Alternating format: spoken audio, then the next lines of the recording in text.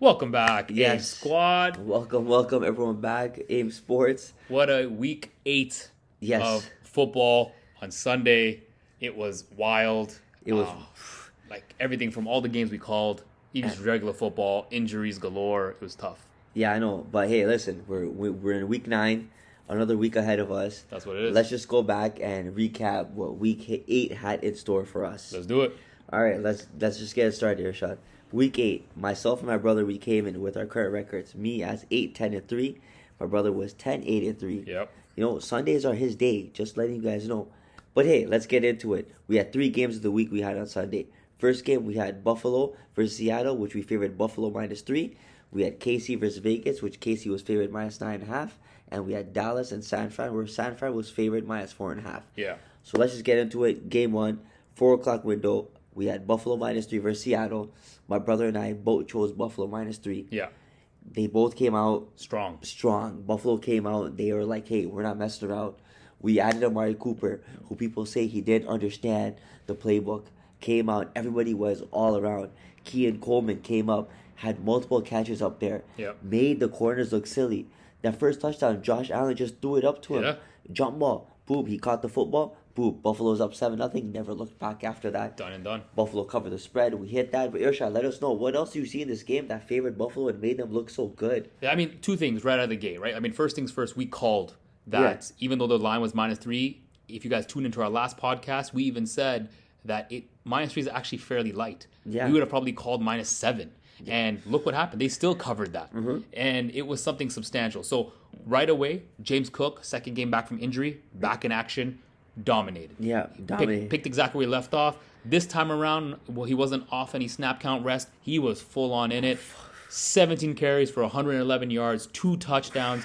He was right back at Beast it. mode. Like, Beast mode. From that angle, Alnoor, you mentioned Keon Coleman burning the angles, spreading the defense. You have James Cook rushing up. Like, it's going to tear the Seahawks defense, which is what we anticipated, and that's exactly what happened. So we both hit -3 for those who took our unofficial guidance and tips on maybe calling a -7 alternate spread. You guys hit too, because the Bills beat the Seahawks by 21, by 3 whole touchdowns. Yeah. So if you call that spread -14, you still hit. Yep. So we hope you hit at least with us. Officially, -3, we hit. That's a 1-0 for both of us at that point. There you go. Alnoor, our second game of the week. What was it? This was a fun game. We had KC -9.5 versus Vegas. This was a good game. This was a divisional game. Very fun game. It was. You know, my brother attended the game. It was a wild one. It was a wild one in Vegas, you know. He enjoyed the game, saw a little, things how referee were favoring Mahomes and how Mahomes was getting treated. Some superstar calls were done. He's the face of the franchise. He's the face of the NFL. Yeah. But yes, let's get into it. I myself only liked the KC -9.5. They were coming out here. They were playing strong. Mahomes was throwing the football. They're running it. But early in the beginning, both teams showed out, hey, listen, what you can do, we can match as well. Yeah. And it came down to the second half. Vegas came back. Backdoor covered, lost by 7, 27-20 final score. I lost against the spread. My brother covered it, even though he was at the game. What did you see at the game, and how did you see Vegas cover the spread? Honestly, it was an interesting game because, like we mentioned, there's some superstar calls there. I think one of the tackles was slowing down. Obviously, they're big guys. They were slowing down. Mahomes just happened to be in that line. His hands were up. He accidentally bodied Mahomes. It wasn't a push, and they called a 15-yarder. Right. I also saw some shoddy play calling from the Raiders offense. They picked up an interception from Patty Mahomes and pushed him back all the way to the defensive end. They made him throw it up. They were gonna do a pick 6, but were stopped at 3-yard line. And for 4 downs, they attempted 3 out of the 4, they tried to run the ball with Madison. They were stopped. The 4th one, Minshew was sacked. Yeah. And everybody in the crowd was frustrated. We saw that the calling was so shoddy. Madison was having a bit of an off game. It just wasn't clicking. We don't know why the offensive coordinator continued with the run game. It just wasn't clicking. And after the 3rd try, we're like, you know what, maybe you should run it. Unfortunately, it was too late. So, I mean, I believe that there were opportunities for them to actually win. I thought they dropped the ball. But you know what? I'll give credit where it's due. We finally got the Kelsey connection on National Tight End Day. So that was good for him. But overall, glad that the plus 9.5 covered. It was almost like a more of a pity touchdown at the very end that helped to complete it by Minshew. But you know what? I'll take it. It helped the cover, but definitely some superstar calls there through and through. Well, there you go. There you have it. So my brother's at the game. Vegas covered the spread. Plus 9.5, only lost by 7. KC won by 7, which means I didn't cover. So within those two games, too, both of us, Irshad was 2-0. I was 1-1, which leads us to our Monday night game where we had Dallas and San Fran. Yeah. Where San Fran was favored minus 4.5. Yeah. Dallas came in. They had Dalvin Cook come up, who's a no name to the NFL. Yeah. But they needed this win, and they came out just the Dallas Cowboys that are the Dallas Cowboys that don't know how to play football. Yeah, it was tough. They had their connection, but they didn't have the connection. They were there, they knew what they were doing, but then they didn't know what they were doing. Now, this whole season, Irshad, we've been seeing that the Cowboys have been going up and down where they have not found their identity. No. And when people say, hey, even us too, say, hey, listen, they found their identity, they lose a piece. So they found Torbert. Oh, they have their identity with CeeDee Lamb. Yeah. CeeDee Lamb went away. They found CeeDee Lamb, now no one else wants to contribute. Oh, we added Dalvin Cook, another running threat. Yeah. CeeDee Lamb scores a couple touchdowns. But Dak Prescott is still Dak Prescott throwing interceptions. Yeah. And 2 picks he threw. 2 picks. Let's just get to it. Me and my brother both lost. Dallas did not cover the spread 4.5. No. I am legitimate saying this. Telling you right now, Dallas is a team to fade. We ever have Dallas picking in a game for games of the week, we're fading Dallas. I am personally fading Dallas. Really, eh? Because they have not shown that they can cover 4.5 on the road, which a must win. That was a tough one. You had Washington win with the Hail Mary. Yeah. You had Philly came out winning. Okay, the Giants Monday night, they played Monday night, didn't win, sure. But as Dallas Cowboys with a win, you were at least a couple of games behind them. Now what? You said 3rd place in the NFC East? Yeah, that's tough, especially for Cowboys. You in the offseason, Jerry Jones secured the bag with Dak Prescott, had him sign that big contract. And I feel like we lost all ambition and motivation from Dak on that one. Yeah. I mean, once you sign that contract, it's huge. And to your point, Dalvin Cook, this is the Dalvin Cook of the Minnesota Vikings that literally obliterated defenses. Yeah. That would rush up and down. He was pulled up because they're running low, because Rico was injured. Zeke, the same Zeke that drafted the Cowboys, or the same Zeke that was drafted by the Cowboys, who would dominate that, was now there alternating between 2 third and second and third strings. We don't even know who this Cowboys offense is anymore. And it's so tough because you're right on there. To be honest, 49ers came out and dominated. Yeah. And they came out early and dominated, right? So it felt like maybe with the Zeke touchdown early on, hey, you could have a chance. But they were up 10-0. They were up 10-0. But you know what the reality of it is? 13. They were up by 10. They were up by 10. Yeah. It was 13-3. But 49ers went on a tear, right? Yeah. They literally came back. It was in the 4th quarter that things got a little interesting, where it was 2 catches by CeeDee Lamb. Yeah. Right? Things got a little interesting. But in spite of that, they still couldn't cover 4.5. I don't know about you. I don't think that the Cowboys are Super Bowl contenders, let alone even able to make the playoffs. I don't think they know who they are. I don't know they don't know their own identity. They don't. They don't know when to run, when to throw. Yeah. Who do you trust? They don't have trust amongst themselves between the play caller, the head coach, the quarterback, the running back, the wide receiver. You calling up Dalvin Cook means what? Ezekiel Elliott and Rico Dowdle, we don't trust you. No. Yeah. I mean, Rico was injured, but Zeke, he was your franchise running back. But they didn't even use Dalvin. They didn't. Because they were down and had to throw the football. Yeah, they had to. And with Dak throwing the football, interceptions happened. Yeah. Brock Purdy threw less and had more yardage than Dak Prescott. Yeah. Brock Purdy threw 18 for 26 at 260 yards, 1 touchdown. And don't get it wrong, he scored a touchdown himself too. Dak Prescott went 25 for 38, 243 yards, so he was short by 17 yards. Yeah. He threw for 2 touchdowns, but he also threw for 2 interceptions. 2 picks, yeah. His rating was 79. It was horrible. Horrible. Disrespectful. Even though CeeDee Lamb put on a show, 13 catches for 17 targets, 146 yards, 2 touchdowns.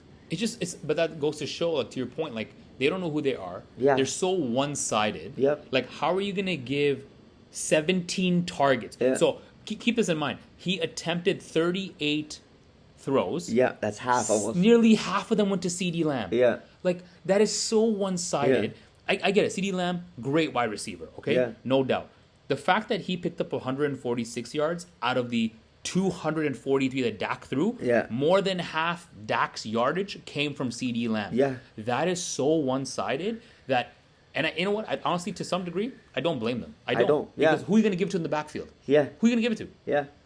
There's no trust there. And remember, Alnoor, you and I called it at the beginning of the season. At the very beginning, I think maybe by week 2, week 3, we called it that Dallas was going to have a problem and McCarthy might be on the chopping block. Yeah. We called it. Yeah, we did. said that, hey, yo, listen, like, they don't get their act together, McCarthy's going to get fired. Yeah, he is. And I think that still holds true. It does. Because here's the kicker to all of this. This was granted against the 49ers at home. Sure. Okay, for sure. But this is against a 49ers that has a tight end who, though one of the best in the league, is nursing an injury. You have Deebo Samuel, who's nursing an injury. You lost Ayuk for the season. Jennings didn't even play.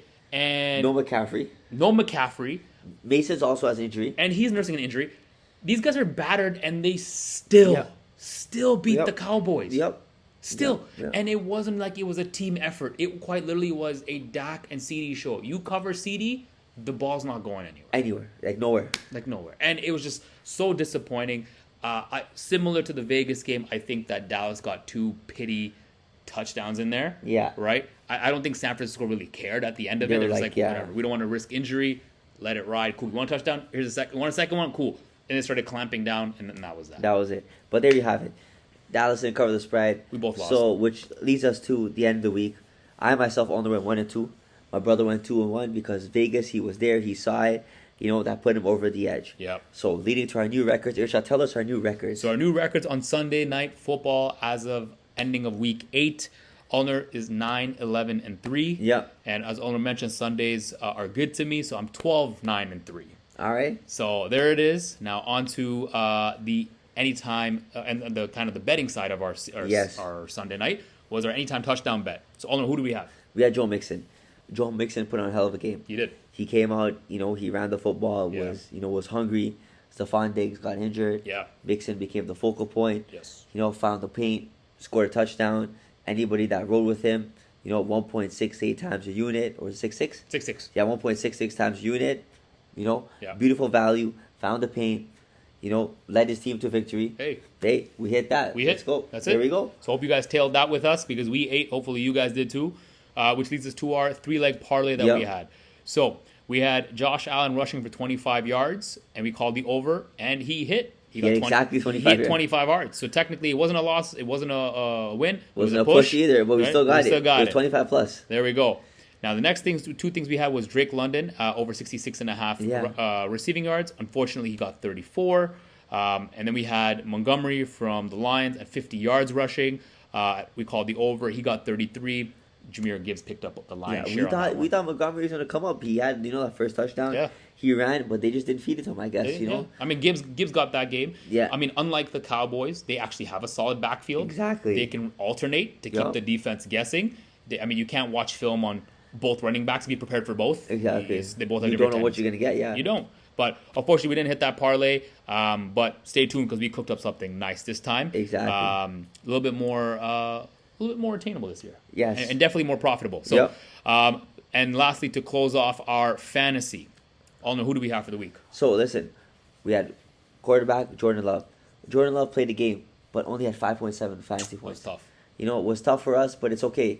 Our running backs kind of carried it for us. Irshad, tell us running backs we had. So running back, we obviously ran with the hot hand, King Henry himself. Yeah, done. He had a nice 14.7. It wasn't his best, but it wasn't his worst. It was definitely one of his slower games for sure. And then we had J.K. Dobbins, who picked up a healthy 16.8. Yep.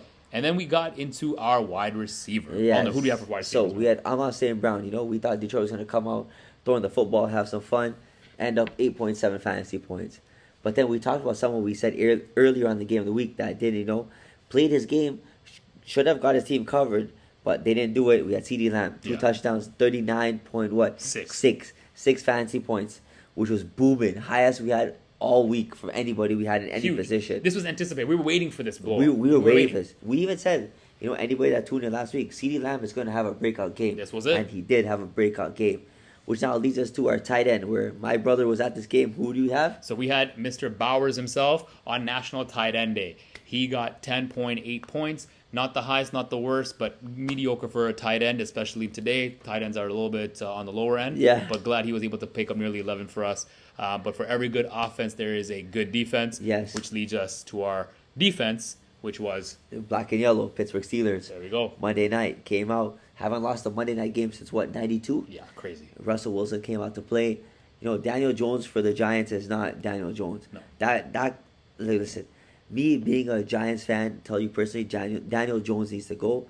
That team either needs to tell him he needs to protect the football and not throw it ridiculously. Yeah. Or you got to let him go and show somebody else. But yeah, Steelers defense came out hungry. Patrick Queen, TJ Watt came out. They showed their life in front of their hometown. Yeah. 13 fantasy points, blessed us. And that leads us to our kicker. And there we had, I was at the game as well. Yes. Mr. Harrison Butker, 10 points, solid outing, which brings us to our grand total of 119.3 points. Hey, we passed century mark. We passed the century mark as we intend to do it every week. So that was good. This definitely goes in our top 5. Definitely not one of the highest, but we want to make sure we celebrate the wins here. But for every end of Sunday night, there is a new Thursday. Yes. Which leads us to our Thursday night segment of our show. Now, let's go. For every Sunday that's nice to me, there's a Thursday that's horrible to me. And that Thursday goes to, it definitely favors Alnoor. Yeah. His record coming into into Week 9 Thursday Night Football is 5-3. I myself am at 1-7. Thursday night just aren't too kind. But let's get into it. Our Thursday night primetime game is the Houston Texans versus the New York Jets, with the Jets being favored by Vegas by -2. Side thing important to note here is Houston actually opened the line as a favorite. Yep. New York Jets is now where the swing has happened. And to preface, obviously, we know one of the reasons for that swing is the unfortunate loss of Stephon Diggs to a season-ending ACL tear.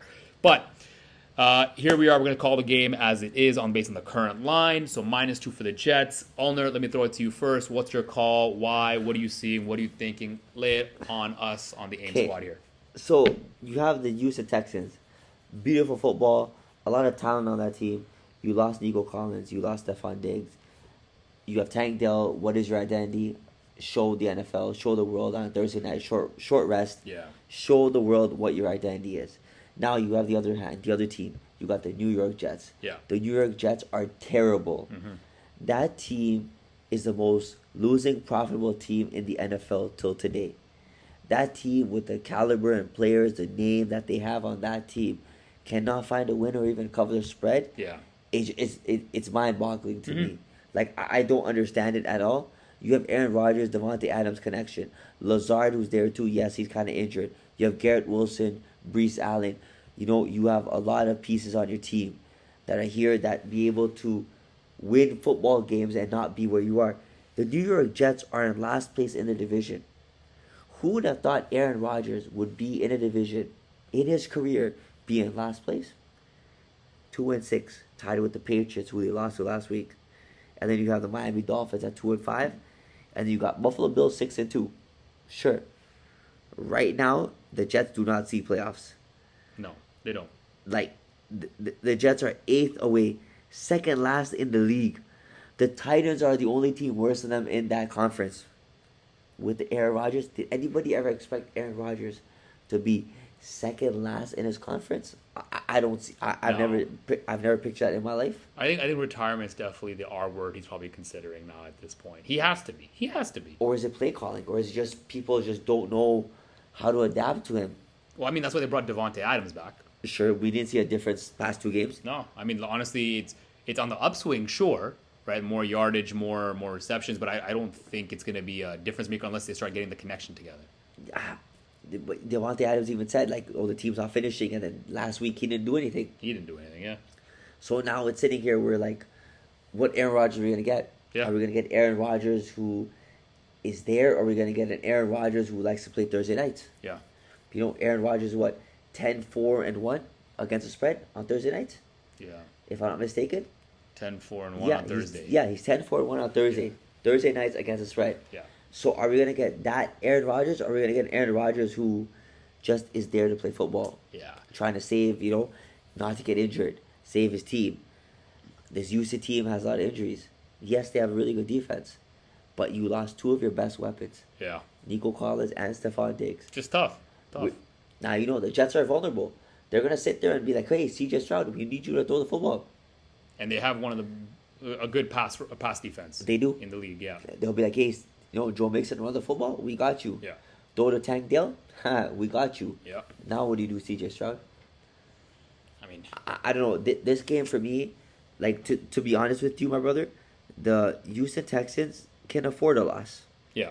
The Houston Texans are what? 6-2? Yeah, these guys are 6-2 in the division, leading by 2 games in the division, behind Indianapolis, and then Jacksonville coming after that. While you have the Jets in last place in the division, who need a win, second last in the division to make wild card. Otherwise, they're not making it. If they lose this game, I think that's the final dagger. As much as stats show, as much as Aaron Rodgers comes in and on short rest, he's like on Thursdays with facing a team that's 70% or higher, he is 3-0. But let's not mistake it. The only time he's 3-0 against spread straight up is when he played with the Packers. Yeah, so in his prime. In his prime. Yeah. Not with the Jets. No. And as much as everybody's saying, hey, the Jets are the most profitable team to bet on because Vegas takes their money, Yeah. I'm going to take them, as I said, one more time because I did that with the Cowboys last week. Yeah. I took the Cowboys. If the Cowboys didn't cover, they were a fade for the rest of the season. Yeah. Which I said clearly just now. Cowboys are the fade for the season. I'm going to take the New York Jets. They're going to come up -2 at home. It's Aaron Rodgers, Devontae Adams. They're going to connect. Yeah. They're going to score a touchdown, I believe. They're going to show, hey, listen, don't count us out. We can get a win. Yeah. -2 is disrespectful to us. With a team with the caliber of the Texans, yes, young quarterback, but not a lot of firepower, Jets -2. Lock it in. That's what I got. I don't know what you see and what you may like, but we have the third player too. Irshad, tell about third player. We have the third player that we don't forget here at AIM Sports, and that is the referee. Yes, probably one of the more important players on the field. Correct. And so we have Sean HOU refereeing this one. Now, in his career, home teams are 43-52 and 3 against the spread. All right. That means he's not too keen on having home teams cover. Right now, last week he had a road team cover. Yep. I anticipate that this week he's gonna give one to the home team. Yeah. All right.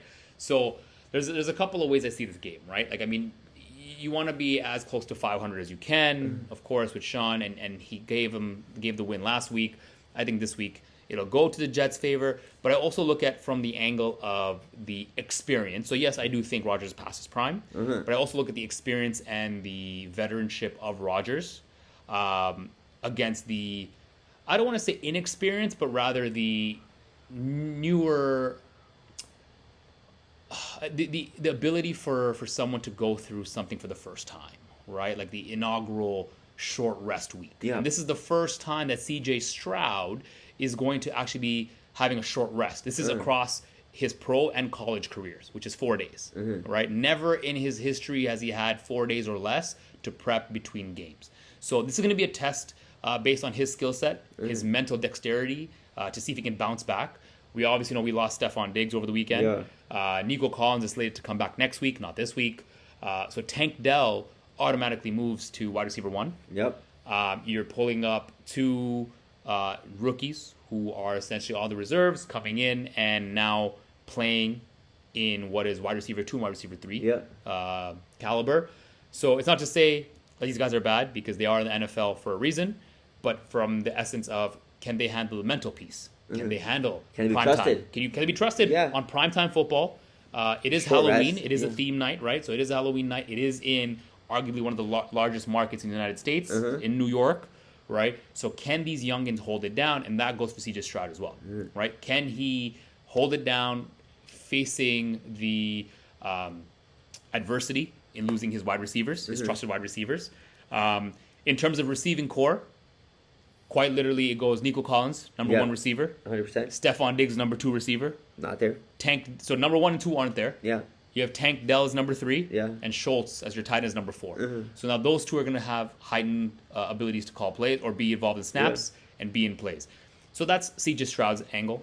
That's Sean Huchuli's angle as a referee. And then, Alnoor, you mentioned a couple of things, right? Like, you have Rodgers at 500. You know, he's played night games on his career. On Thursday, he's 10-4-1, so almost twice as likely to cover the spread on Thursdays. And Rodgers has played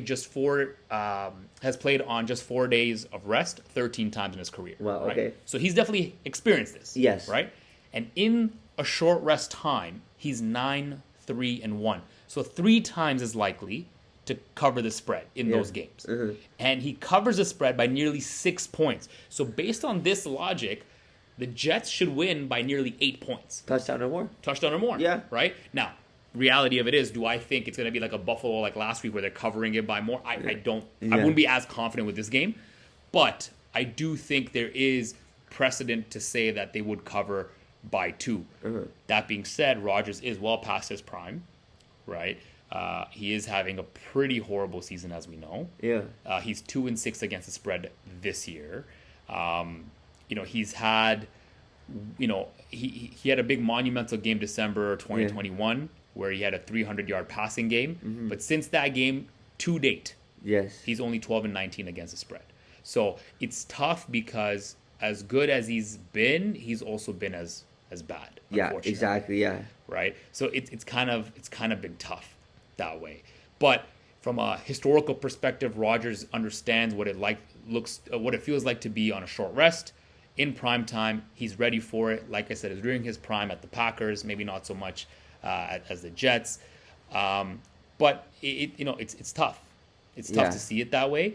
At the same token, when we look at it, Thursday home teams are in fact just 41-54 against the spread. Ooh, okay. And that includes 37-48 against the spread in night Thursday games. Okay? Teams playing at home in a night game outside of the Sunday night football window since 2019 are 96, 113, and 3 against the spread. So it overwhelmingly favors the road team. The road team. Yeah. It does. But what I'm looking at here, Alnoor, is the fact that it factors it leans towards the road team, but the inexperience by the current road team, as well as how hurt they are, it may actually prevent them from coming out on top. Stroud's home and road numbers are relatively similar. Yeah. Right. He's about the same. When it comes to pass rating, give or take, completion rating. He's slightly better at home when it comes to touchdowns. Yeah. But slightly worse in interceptions. But I would say, it's going to be... Stroud's going to feel the loss tomorrow. Not having Nico and not having Diggs, that right there is nearly 63% of the team's yards, receiving yards, and 45% of the targets, right? It's going to be a tough loss. It's going to be a tough loss in terms of the people that they're missing. They're going to feel the pinch. So, all to say, I think the ref's going to come out and look towards the veteranship, the experience, and the home team. Yeah. Given he gave one to the away team last week. I think he's going to try to balance that act a little bit. Stroud's going to feel the pinch for the first time in his career personally on short rest. He's also going to feel the pinch of not having a wide receiver 1 or wide receiver 2. Yep. It's going to bring out his mental dexterity. It's going to force his physical to come out. Can he actually get into the hands of the rookies? And it's, of course, going to... put the onus on Rodgers. Can Rodgers come through and continue that momentum? Yeah. Can he currently has? Prime Aaron Rodgers? Can he be prime Aaron Rodgers during prime time? Yeah, exactly. It's TBD, but I'm rolling with you on this one. Ooh, okay. Calling the Jets -2 for tomorrow. All right, let's do it. So myself and my brother here are riding -2 Jets Thursday night. As you know, Thursday nights aren't really kind to my brother here. But, us together, we believe that we can make good things happen, and tomorrow leads to another W. Another W meaning Jets -2, cover the spread at home against the referee, against third person. Houston Texans can afford this loss. Aaron Rodgers pride time. My brother, tell him -2. We have it. Lock it in. Thursday night. That's what it is. So lock it in. Tell us if you're able to. Now we're hopping into our other segment where we think it's the fantasy side of things, where Correct. of course football is fun that way. Here at Thursday Night Football, we just try to pick the best player in each position. No points, none of that. We just look at who might actually perform the best. So let's get it started. We have obviously quarterback. We're picking Aaron Rodgers. Correct. He needs to throw the football, which is pretty straightforward. Easy. Running back? Mixon. Mixon is a beast. Like, there's nobody else to throw to Houston. Mixon to get the ball all day. I think he's the better of the two. Wide receiver, Irshad, tell him. You got Devontae Adams. He's on an upswing right now. He picked up 4 receptions his first game back with Rodgers, 5 the next game. We're anticipating 6 or more tomorrow with definitely a touchdown at home. That prime Adams-Rodgers connection is going to be live and active tomorrow. There we go. Tight end, Schultz.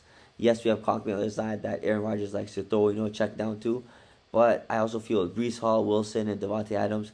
Conklin may not get the ball more. Exactly. No wide receivers for, Houston. Schultz is going to get the ball more. Agreed. Schultz tight end, in that position, which leads us to defense. I mean, we're feeling the Texans' defense. We think they're going to clamp down a lot. Yeah. I mean, it could be both because they're both solid defenses right now generally. But the Texans are going to have to offset the fact that their offense won't be as strong with a strong defense. So I think the Texans are going to come out a little bit extra motivated, which leads us to our last position here. Which is our kicker from Houston, Fairbairn. Yep. Fairbairn I don't think has missed the season. No. He's been one of the most clutch kickers in the NFL this season. Yes. And with Houston Texans, if they do want to come on and win this win, come out with this game with the W, being favored by +2, showing that this game is a field goal game technically. They're going to need his long leg and kick to get out there. I agree. And I feel like to produce points against the Jets, he's going to play a wonderful game. I agree. So there you have it. Each position, one player, fantasy, or shot. Tell them again who we got. So we got Rodgers, Mixon, Devontae Adams, Schultz, the Texans defense, and Fairbairn is our kicker. Ooh, I like this. That's a solid lineup. We think we have the best players in each position. Stay tuned, obviously, for our next episode to see if that's in fact what happens. There we go. But before we let you go for our segment, we have our trending bets. This I think this is the first time we've ever done this. Trending bet. We're doubling down for the first time. Yeah, this is the first time that we're actually calling the same person twice. In a short week, too. Yeah. We're feeling like the Houston Texans. Short week. We're going to come out here, say Mixon is fine the paint again. Within 4 days rest. Yeah. 1.72 times your unit. This Jets defense, sure, they have a good defense on the run, but Mixon can also catch the football. Exactly. He can run the football. CJ Stroud, that's going to be his safety blanket all game. He hit for us on Sunday. He's hitting for us on Thursday. 1.72, lock it in. Let's go at it. Which leads us to our second betting part we have, which are 3-leg parlay for Thursday night. Irshad, tell them what we have. So we got 3 legs for this parlay. Yep. We have Rodgers. We're thinking prime Rodgers is coming out to play tomorrow. So we're calling over 20 completions for Rodgers. If they want to win, he has to throw the football. He has to throw the football. Now, whether it's a long throw, short throw, it doesn't matter. But we anticipate 20 or more. And we believe one of the people he's going to be throwing it to is Breece Hall. And we are anticipating 3 or more completions, receiving completions, rather, by Breece Hall on those checkdowns. And we're calling the over. Correct. And then our last one. We got Tank Dell, CJ Stroud, number 1 wide receiver for the team. Over 56.5 yards? Yeah. 1.9 times your unit. You put all 3 together, your value's at 3.1 times your unit. That's solid. 3 times your unit, which is beautiful for Thursday night. Yeah. Take that, lock it in with us, AIM Sports. Let's have some fun. Let's get our money back. Use that funds towards Sunday. Yes. Let's get creative and have some fun. That's it. So that's what you heard it here. Those were our trending bet, our Thursday night football parlays. But before we let you guys go, and we will recap everything once more, let's go over our games of interest so you guys can see what we're seeing and hopefully start getting some of that research ready for Saturday night's podcast for our Sunday night pick. So, Alnoor, what are some of the games you're seeing? All right, let's just get it straightforward. A team I love to fade away. If we pick this game, I'm going to have a lot of fun with this. We got the Dallas Cowboys versus the Atlanta Falcons. Yep. Kirk Cousins is going to come out and show why America's team is not America's team. Yep. But hey, that's how I see it. You may see it differently. Tune in to find out. Another game of the week we have next week. Irshad, tell them. We got Detroit and the Green Bay Packers. Ooh. It is going to be a good matchup. It's a divisional matchup, and we are almost halfway in the season, which means wild card races are coming out and being flushed out more and more each week. So we anticipate it's going to be a good game, tough game. Divisional matchups mean everything now. So tune in whether that's going to be a game of the week, TBD, but you got to catch in for that podcast. There we go. Another game of the week we have It's my team here talking about Daniel Jones. We got the New York Giants versus the Washington Commanders. You know, we got Daniel Jones coming, doesn't know his identity. Are the Giants going to bench him? Are they going to move forward with him? You know, Neighbors is there. A couple of injuries. Yep. Washington came out with a Hail Mary win. Divisional game. This is going to be fun to watch. Huge. Fun to talk about. Is it a game of the week? Tune in next week to find out. Irshad, tell them what else we have here. And then, of course, you know, as some of you guys know, me and Patty Mahomes don't get along. But we're hoping that we're going to be able to maybe continue this momentum, given that he helped me win last week. Yeah. So we're going to be looking potentially into the Buccaneers and Chiefs game for Monday night primetime football. It's not a divisional game, but it definitely is a matchup of two solid teams. Yeah. Casey's putting their 7-0 record on the line. Tampa Bay's got their record. It's going to be a fun game. Tune in whether that's the one. There we go. Another game of the week we have too. Also is in the league division, with the Jets. Yeah. We got Miami Buffalo, another divisional game that we love here. Miami needs to come out here. They're going to have some fun. Tua's going to be playing. Buffalo's out here leading the division. Can Miami come on and spoil the party and be like, hey, listen, you know, can we, you know, show you guys that, hey, it's not going to be easy for you guys to win the division or Super Bowl. We are here. Yep. Tune in to find out. Which leads us to our last game. Irshad, tell them. And it's the last divisional matchup that we're considering because we love divisional matchups here at Exactly. AM Sports. It's the Rams versus the Seahawks. Yup. The Seahawks need a bit of a bounce-back game after kind of getting rocked by Buffalo at home. The Rams obviously are coming off of a win from Thursday night, so it extended rest a little bit against the Vikings. So it's going to be interesting to see. They're feeling the momentum. They're visiting Seattle out west, so it's just going north for these guys. Can they close out? Because it is a divisional matchup. Yep. I guess we'll see on Saturday. So tune in to hear which games we're going forward with, There which you was go. our picks and why.